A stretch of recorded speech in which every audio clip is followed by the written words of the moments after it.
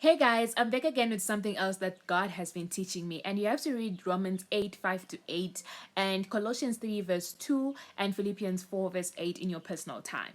But what God has been teaching me is really centered about how the things that we consume in our mind have a way of controlling our lives. So, you know how we consume a lot of things through social media and a lot of things that are happening around the world, and then they control our lives or control our desires. And God was just speaking to me about how we're supposed to set our minds on the things of God and on the things that are spiritual, on the things that are lovely, meditate on the things that are lovely, things that are good, and all the things that glorify Him.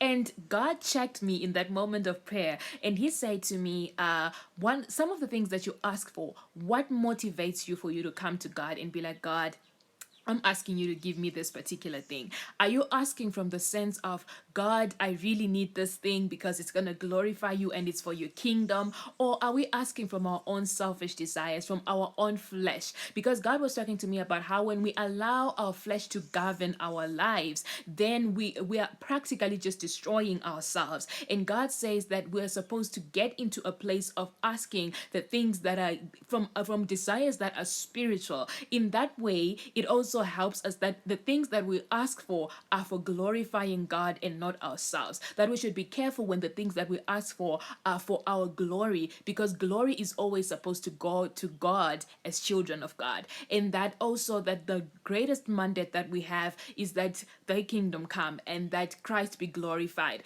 And the things that we get and the things that God gifts us are always supposed to reveal Christ, are always supposed to reveal the glory of God. So I just wanted to share that. And I'm like, if you're somebody else who's just like going to God and asking God for particular things, and I just want you to sit down and really ask yourself, what is motivating me to ask this particular thing from God? Because God is like, I don't want your flesh to govern what you come in prayer with, but you allow the Spirit to be the one that governs your desires and that governs your life, because this flesh by itself is selfish. And we are not called to be people that are selfish. We're supposed to be people that honor God with everything that we are and everything that we receive from Him.